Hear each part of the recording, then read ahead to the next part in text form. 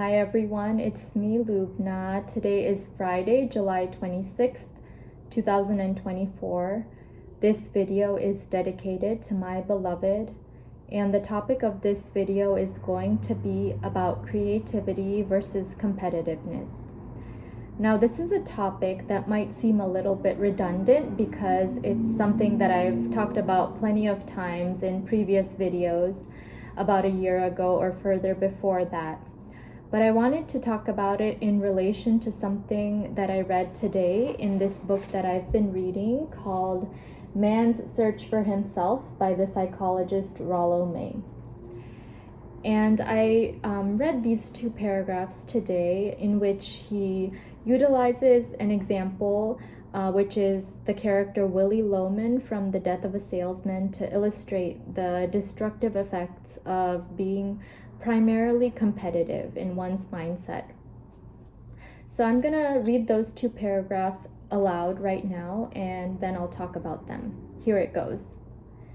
This is pictured beautifully and tragically in Willy Loman, the chief character in Arthur Miller's Death of a Salesman. Willy had been taught, and in turn taught his sons, that to get ahead of the next fellow and to get rich were the goals, and this required initiative. When the boys steal balls and lumber, Willy, though he pays lip service to the idea that he should rebuke them, is pleased that they are fearless characters, and remarks that the coach will probably congratulate them on their initiative.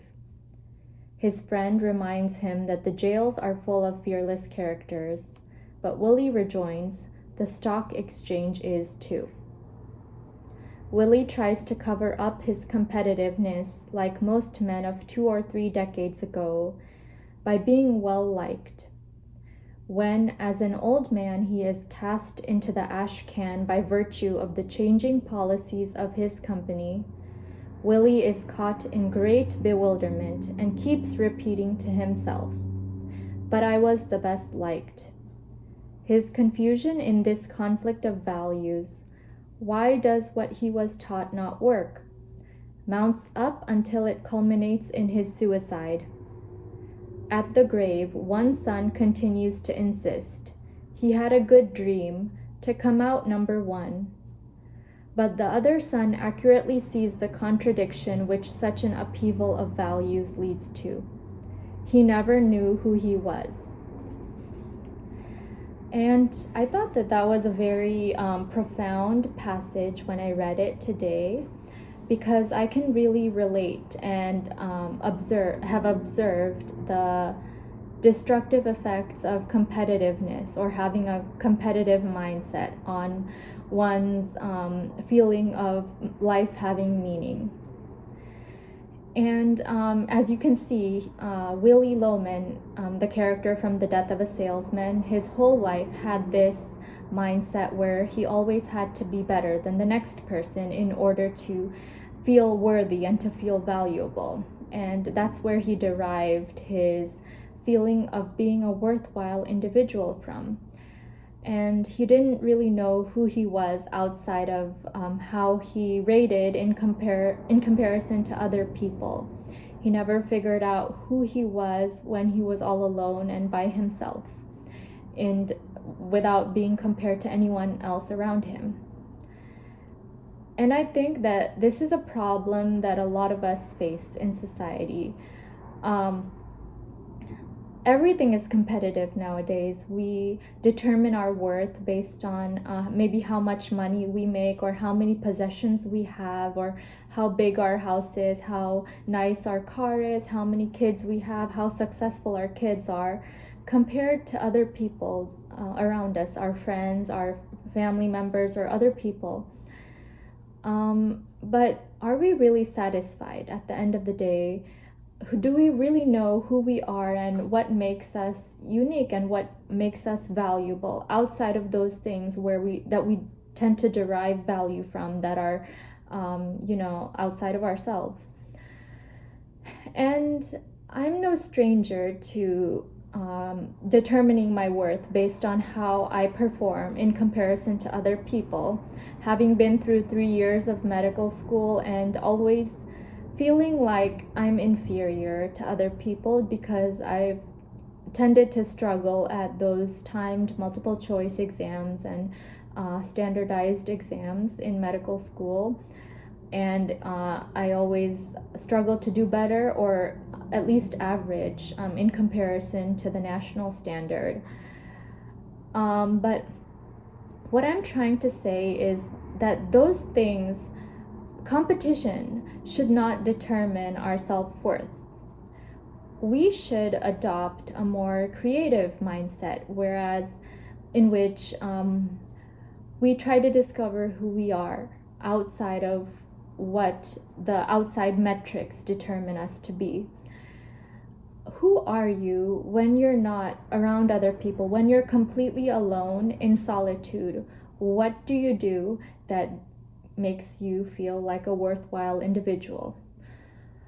I've struggled with this. Throughout medical school, I have had to study for exams, as I said, and try to perform at least average or above average on all of those exams. But whenever I was alone, I strived to maintain that creative side of myself, which is nothing that can be compared to other people because it's something that is unique to me, such as making these videos and writing in my journal. I have a unique life story which nobody else shares, and it can't be compared to the life story of other people because it's not comparable in terms of quality and quantity. Everyone's life is different. There's no better or no worse. My life story is unique. And by journaling and making these videos and making art too, I'm an artist, by the way, just haven't had time to make art lately, but those things make me feel like a worthwhile individual and make me feel like my life has meaning.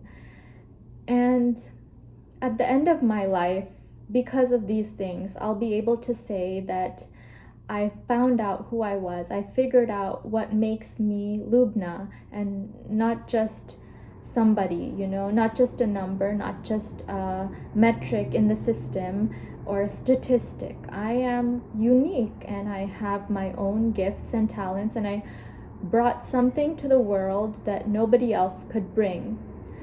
And I found myself. I'm still in the process of finding myself, obviously. I'm 28 years old, and it's a lifelong search, or a lifelong creative endeavor, I should say, to become oneself and to grow into oneself and to find oneself. But you can't find yourself if you're always competing with other people and comparing yourself to other people, or how successful or how good you are compared to other people. You'll only find yourself when you stand alone and do things in solitude and figure out who you are when you're not in relation to other people. Don't determine your identity based on how you perform in relation to other people. Determine your identity based on how you perform and what you do when you're all alone. I hope that my video has encouraged you today to adopt a more creative mindset and a creative way of living rather than a competitive way of living, as the former is more conducive to living a meaningful life, whereas the latter is a little more empty and can be destructive to you and to your relation with other people. When you're creative, life is beautiful and you're blooming, you're growing, you're always moving forward and becoming the best that you can be, rather than trying to become better than other people. Anyway, that is my message for today on creativity versus competition. I hope that it inspired you, and I want to wish you a wonderful day, afternoon, evening, or whatever it is, wherever you are in the world.